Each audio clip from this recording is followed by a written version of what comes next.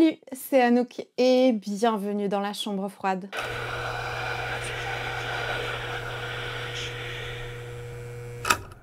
Pour cette vidéo, pour laquelle certains ou certaines d'entre vous ont voté sur Instagram, d'ailleurs abonnez-vous si vous avez aussi envie de participer à ce genre de sondage, je vais te parler des enfants. Mais des enfants qui foutent vraiment les boules dans les films d'horreur. Tu sais ce que tu détesterais croiser au milieu de la nuit quand tu vas faire pipi ou encore dans le coin sombre d'une pièce? Danny's gone away, Mrs. Torrance. Ouah, ça fout les frissons. Perso, les gamins dans les films d'horreur, c'est un des trucs qui me fout le plus les boules. Comme ce foutu Damien,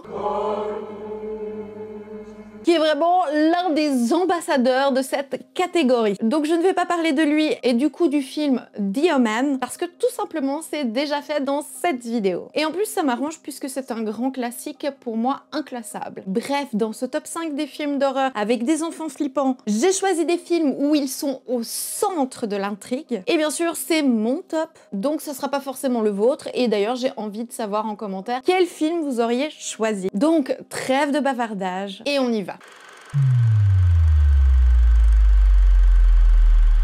Et on commence par la 5e position et j'ai choisi There is Something Wrong with the Children de Roxanne Benjamin, sorti en 2023 et c'est un film qui nous vient des États-Unis. On se retrouve avec deux couples et les deux enfants de l'un d'eux. Ils se retrouvent toutes et tous pour passer un week-end ensemble, mais les enfants changent soudain d'attitude suite à leur escapade dans les bois. Alors ici on est dans un tout petit film qui, pour être très honnête, n'est pas dingo non plus, mais il va tellement bien pour cette catégorie de films d'enfants flippants. Et surtout, c'est pas non plus un mauvais film qui, comme j'aime les appeler, est parfait pour le dimanche popcorn sans prise de tête. Donc là, les deux gamins qui reviennent comme si de rien, mais en fait, ils sont super creepy. Ce que je trouve ultra flippant, malaisant et frustrant, c'est que comment t'en sortir quand c'est censé être des enfants et qu'ils te le font à l'envers, alors que normalement, bah, c'est eux les innocents. Tout le paradoxe de l'utilisation de cette image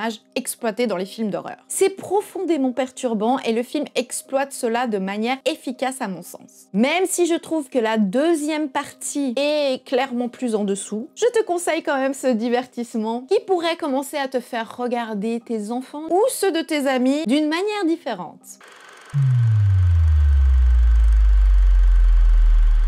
Et en 4e position, j'ai choisi de mettre Alice, Sweet Alice de Alfred Salt, sorti en 1976 et qui nous vient des États-Unis. Dans ce film, on est avec la famille Spages. Catherine vit avec ses deux filles, Karen et Alice. C'est lors d'un moment très important, la communion de Karen, qu'un terrible événement se passe. J'ai choisi ce film que j'adore pour ce top spécial enfant qui fout les boules pour bien sûr le personnage d'Alice. Un personnage joué par Paula Sheppard qui interprète avec justesse une gamine troublée et mal aimée et qui rend ce film si effrayant. Sa relation conflictuelle avec sa famille et sa grande jalousie envers sa sœur qui reçoit, contrairement à elle, des éloges. Eh bien, il rend le personnage complexe car touchant par sa situation mais effrayant et menaçant par ses actes. Ce qui pose la question de la culpabilité ou non de ses crimes. Tu penses bien qu'on n'est pas dans une comédie, donc Alice est là pour en découdre dans ce film d'horreur ultra cool. Avec son ambiance oppressante et une mise en scène brillante, chaque plan est conçu pour vous mettre mal à l'aise avec sa musique discordante et ses couleurs souvent froides et ternes. Une œuvre à mon sens sous-estimée qui explore des thématiques ultra intéressantes comme la jalousie, la culpabilité ou encore l'hypocrisie religieuse, mais c'est surtout un film qui mérite toute votre attention.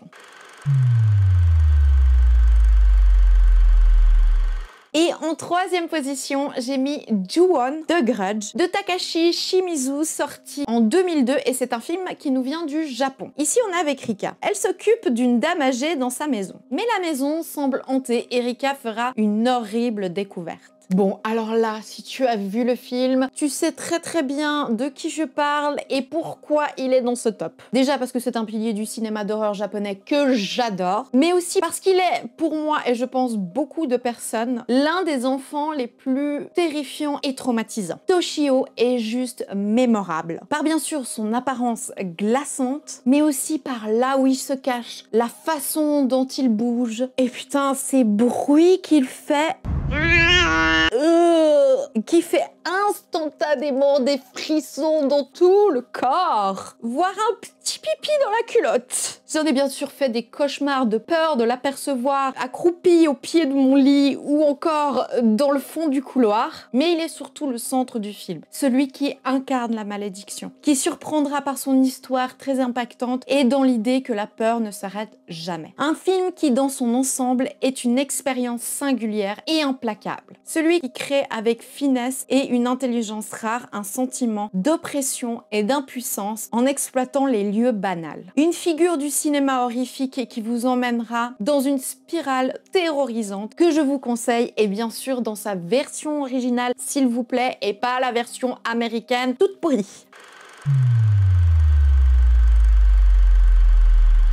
En deuxième place, j'ai mis Les Révoltés de l'an 2000 de Narciso Ibáñez Serrador, sorti en 1976, et c'est un film qui nous vient d'Espagne. Ici, on est avec un couple qui se prend des petites vacances avant l'arrivée imminente de leur troisième enfant. C'est d'abord dans une ville balnéaire, bondée et très animée que le couple débarque, mais le lendemain, ils décident de partir sur une petite île calme. Mais lorsque le couple débarque, il y a quelque chose qui cloche. Bon, ici, on est dans un classique incontournable, tiré d'un roman de Juan José Plans, qui mélange horreur horrifique et critique sociale de manière inoubliable. Avant de continuer, je tiens à préciser parce que les enfants peut être un sujet sensible pour beaucoup d'entre vous, et je le comprends parfaitement. Donc je vous mets en garde sur le générique du début de ce film, qui est extrêmement dur et très long. Il contient de vraies images insoutenables d'enfants mutilés, dénutris, ou même encore morts, à travers plusieurs images d'archives de guerre dans plusieurs pays. J'ai personnellement, au bout d'un moment, avancé ce générique qui était trop pour moi. Même si je comprends bien qu'il sert le propos, j'ai trouvé ça personnellement indécent et excessif. Mais une fois sorti de ce générique, j'ai adoré ce film glaçant et troublant, avec une tension palpable constante, et qui met en scène une chier d'enfants terrifiants. Sur cette île où se retrouve ce couple, avec la femme enceinte consciente très vite que quelque chose cloche, contrairement à son mari, pardon, mais un peu stupide, pour lequel mon empathie a eu très vite ses limites. Et vous l'avez bien compris, donc sur cette île, on retrouve aussi tous ces enfants qui, assez rapidement, par leur attitude froide, mutique et chelou, te met dans un malaise affreux. Ils sont d'abord cachés, ce qui rend l'île plutôt déserte et figée. Et ensuite, je vous laisserai découvrir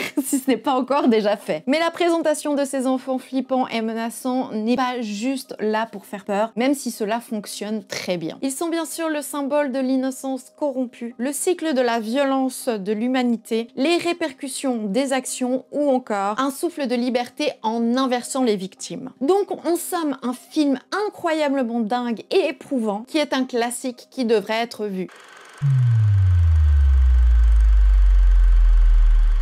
Et en première place, je suis sûre que certains ou certaines l'auront deviné, j'ai mis The Innocents de Jack Clayton, sorti en 1961, et c'est un film qui nous vient du Royaume-Uni et des États-Unis. Dans ce film, nous sommes avec la nouvelle gouvernante d'une énorme demeure où vit un frère et une sœur. Sa mission est de s'occuper de ses enfants nuit et jour. Elle commencera à remarquer des choses étranges dans la maison, mais pas que. Alors, The Innocents, si tu ne le sais pas encore, c'est une adaptation du roman gothique Le Tour d'écrou de Henry James, sorti en 1898. Donc pour moi, ce chef-d'œuvre mérite amplement sa première place dans ce top. Car d'abord, c'est un véritable classique incontournable, que tu penses bien que j'aime d'amour, mais surtout, il représente avec effroi et brio la catégorie des enfants beaucoup trop flippants dans les films d'horreur. Et ça grâce à ces deux personnages, Flora et Miles, un frère et une sœur vivant isolés dans l'opulence. Mais ils me mettent tellement inconfortable, c'est presque indescriptible à quel point je suis à chaque fois oppressée et perturbée en leur présence à l'écran. L'idée même de les voir en vrai me tétanise, je vous jure. Ces deux gamins sont devenus l'emblème des enfants horribles. Le film vous emmène de manière graduelle et intelligente à la peur. Par tout d'abord, l'innocence ambiguë. Des enfants dans un premier temps charmants et polis, voire un peu trop. Que cette innocence devient, par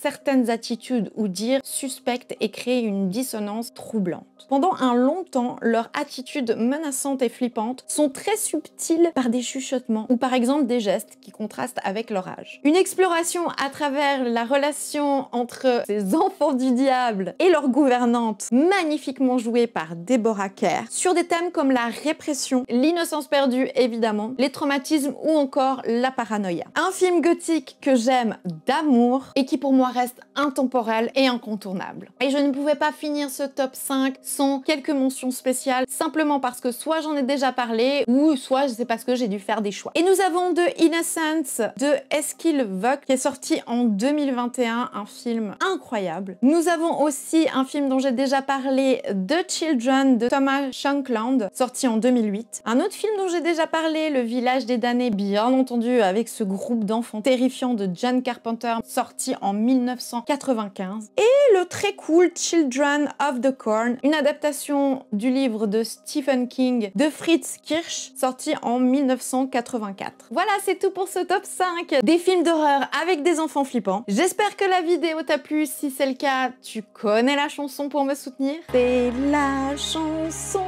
pour me soutenir. Tu sais quoi faire, t'abonner, liker. Oh yeah, yeah, yeah, yeah, merci beaucoup. Mais surtout, n'oublie jamais de regarder où tu marches. Ciao.